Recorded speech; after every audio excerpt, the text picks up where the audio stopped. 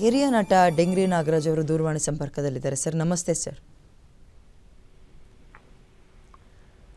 ಡಿಂಗ್ರಿ ನಾಗರಾಜ್ ಅವರೇ ನಮಸ್ತೆ, ನನ್ನ ಧ್ವನಿ ಕೇಳಿಸ್ತಾ ಇದೆಯಾ? ಈ ಸಂದರ್ಭದಲ್ಲಿ ನೀವು ಬ್ಯಾಂಕ್ ಜನಾರ್ದನ್ ಅವ್ರನ್ನ ಹೇಗೆ ನೆನಪಿಸ್ಕೊಳ್ಳೋಕೆ ಇಷ್ಟಪಡ್ತೀರಿ ಮೇಡಮ್?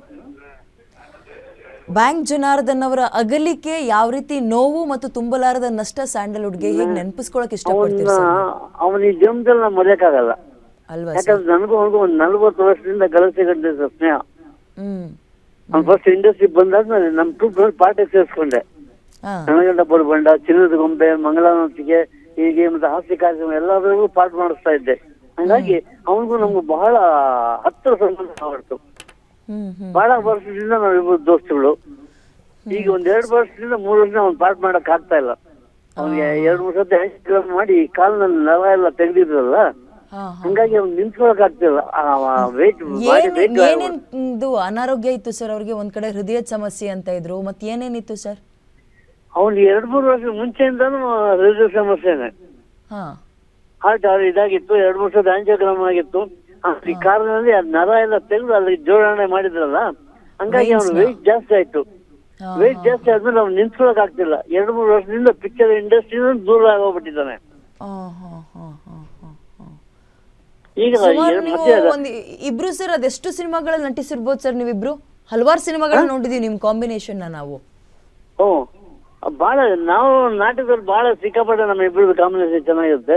ಅವರು ಜಾಸ್ತಿ ಇವರು ನಮ್ಮ ಜಗ್ಗೇಶ್ವರ್ ಪಿಕ್ಚರ್ ಇರೋದೇ ಅವ್ನಿಗೆ ಒಳ್ಳೊಳ್ಳೆ ಅವಕಾಶಗಳು ಸಿಕ್ತು. ಒಳ್ಳೆ ಚೆನ್ನಾಗಿ ಮಾಡಿ ಒಳ್ಳೊಳ್ಳೆ ಪಾತ್ರ ಮಾಡಿದವನು. ಕೊನೆಯದಾಗಿ ಯಾವಾಗ ಸರ್ ಮೀಟ್ ಮಾಡಿದ್ರಿ ನೀವು? ಮನೆಗೆ ನಾನು ಈಗ ಒಂದು 15 ಮುಂಚೆ ಒಂದು ಪ್ರೆಸ್ ಮೀಟ್ ಇತ್ತು ನಮ್ಮ ಸಂಘದ್ದು, ಕರ್ನಾಟಕ ಚಲನಚಿತ್ರ ಪೋಷಕ ಕಲಾವಿದರ ಸಂಘ ಅಂತ. ಅದಕ್ಕೆ ಅವ್ನು ಕರೆಸಿದ್ದ, ಅಲ್ಲಿಗೆ ಬಂದಿದ್ದ. ಒಂದಿಬ್ರು ಹಿಡ್ಕೊಂಡ್ಬರ್ಬೇಕಾಯ್ತು ಅಷ್ಟೇ. ಸುಮ್ಮನೆ ಕುತ್ಕೊಂಡು 1-2 ಮಾತಾಡ್ದ. ಅವಾಗ ನೋಡಿದ್ದು. ಆಮೇಲೆ 1 ವಾರದ ಮುಂಚೆ ಫೋನ್ ಮಾಡಿದೆ. ಈಗ 2 ದಿವಸದಿಂದ ಅವನ ಆಸ್ಪತ್ರೆ, ವಿಕ್ರಮ್ ಆಸ್ಪತ್ರೆ ಜಾಯಿನ್ ಆಗಿದ್ದ, ಅಡ್ಮಿಟ್ ಆಗಿದ್ದಾನೆ. ಈಗ ರಾತ್ರಿ 2:30 ಗಂಟೆಗೆ ಒಂದು ಇದಾಗಿದೆ. ಈಗ ಕೊನೆ ಟೈಮಲ್ಲಿ ಸಿಕ್ಕಿದಾಗ ಏನ್ ಮಾತಾಡಿದ್ರು ಸರ್?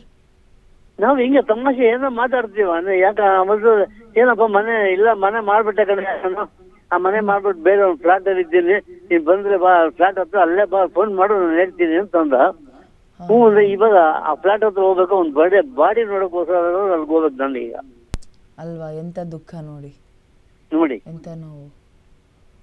ನಿಜ ನಿಜ ನಿಜ. Thank you. ಓಕೆ, ಧನ್ಯವಾದ ಗ್ಯಾರಂಟಿ ನ್ಯೂಸ್ ಜೊತೆಗೆ ಮಾತಾಡೋದಕ್ಕೆ.